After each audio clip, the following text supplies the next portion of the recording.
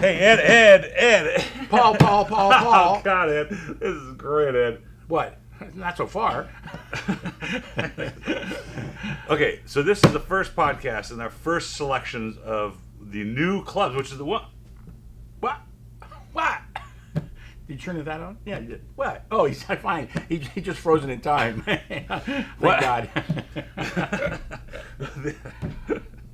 So what was the last time we added a club? The California Series. I don't know. I think you added a 5-iron last week, if I'm not mistaken. Well, the California Series, of course, is a blend of the Vintage Series and the Classic Series. We use the California wine, so people only get California. We have not featured a new club with new selections probably for like 15 years. Wow. So this is it. This is the first one. Okay. And we're doing a Napa Valley club, so wines only from the Napa Valley, and not just Cabernets from Napa Valley. We're going to have all kinds of selections that we've done today. And you will also see a Rosé club, which is very popular I saw now. that. And we are doing a Bordeaux club. Bordeaux Club? Bordeaux. El Bordeaux. So we're going to do this inaugural charter member Napa Series club here for you folks, just in time for the holidays to give us a gift. And what it is you can choose 2 reds or a red and a white. What if I want all 3 of them? Then what? Then what are you going to do, Smarty? Hey, a little help up here, please. I'll tell you, these 3 wines, I'd buy all 3 of them. I wouldn't. I'm not. I don't want a choice. These are unbelievable. Well, I was telling Ed earlier, we went to Napa last week, and it's a great place to go to visit, learn about wine. I mean, if you're in the business like we are every day, and you're seeing the same story over and over, it's not so interesting anymore. But this is why we get to go now again and explore so many new wineries and so many new blends and things. And this is starting with this Native Son Zin Cab. And I see the beauty about this club now. We're talking higher end wines, and I know most of these guys. I've either met them or talked to them or whatever, And I say, oh, this is Coletto. That's Pat Coletto, who owns the Coletto's in San Francisco, big deal restaurant. Yada yada yada. Just closed last year after 30 years. Bought land, planted grapes. Then he sold. First he sold the winery, and then he sold the restaurant. Smart man. And the reason I chose this, I remember now tasting it. You don't see a lot of Zin blended with Cab, first of all. Then you don't see a lot of it out of Napa, and then you don't see it that has such a great blend.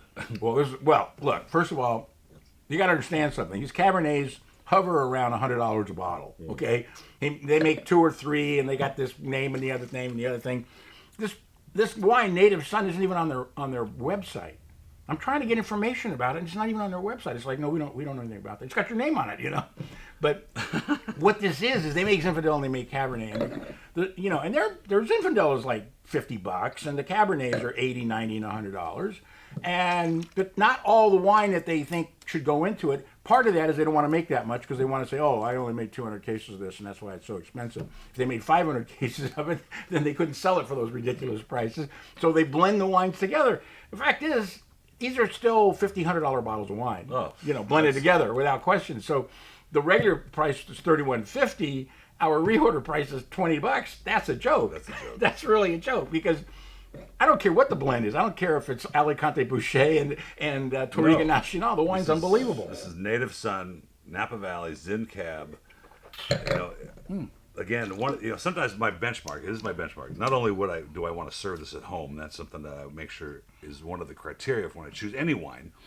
But would I be disappointed? I've walked in the store, grabbed the thing, and paid full shelf retail, and took it home. Would I be disappointed? No, not for $30. No, not for $30. For $20, man, it's killer. All right, this is a 98 for me. I mean, that wine's really something. Really special. All right, after a little technical interruption, we're gonna taste the second red of the.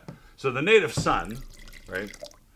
Well, there must be a story behind that, but now we go to the Dude. Well, I think the Dude is the father of the Native Son. That could be, but or it's John Wayne. Yeah. Well, John Wayne is not the Dude. He's the anyway.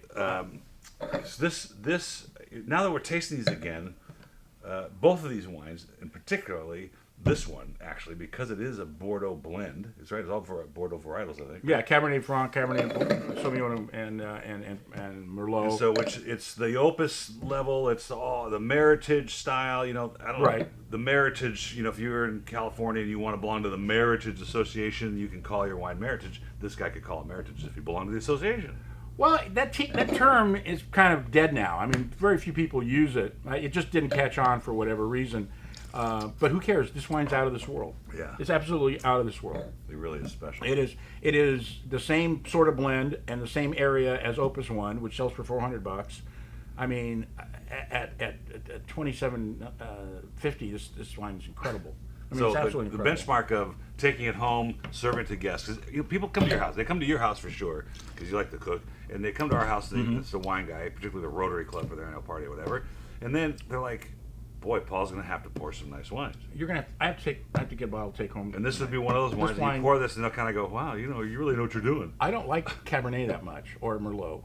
Cabernet Franc I actually do like a lot, but I would drink this. I would buy this. I'd buy a case of this wine myself. I mean, this wine is absolutely unbelievable. 25 now. I got $25. 25 bottle, 35 bottle, 35, 45, 45 bottle, 45 now. How about $21.99 on the reorder price? I'm there, man. This wine is 100 points Sold. for me.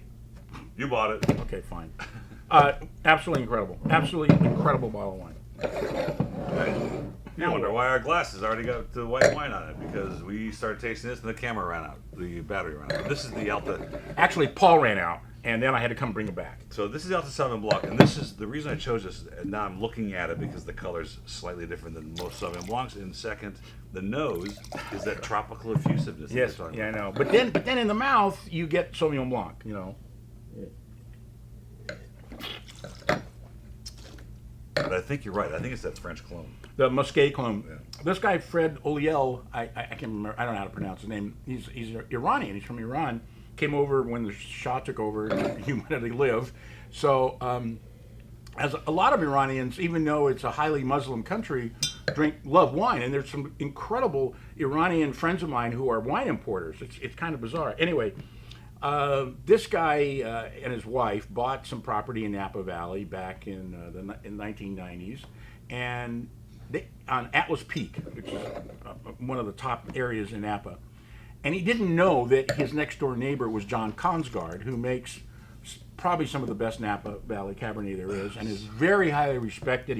He does a lot of consulting for other Napa wineries. So naturally, he's his neighbor. He starts helping him out. He's going, "Wow, this guy really knows a lot about wine, man. You know, he's really helping me out a lot. And this is the product of what that is, and that's amazing." You don't use the word complex with white wine very often, but this is Oh, complex. no, you do with this wine. And I'm reading the back and it says, minimalist fermentation, and I was just trying to figure out in the nose what I'm getting, and I was guessing it's from the fermentation process because it's fermented in oak, which you don't see a lot of that either. Well, you don't, especially for Sauvignon Blanc, because you don't want it to take on the flavor of the oak. But I believe they use natural yeast. They don't add yeast to it. Now, I'm not sure if that's just a trick or what. I do know that the few times that I have had wines that were supposedly fermented on natural yeast, they did taste a little different. Well, I told you the story of the wine my daughter dragged me to Brooklyn to go buy. It was I $75 remember a that, bottle, and it was terrible. And that was natural yeast, and that was terrible. But no, I don't. I think the yeast can play a part in it.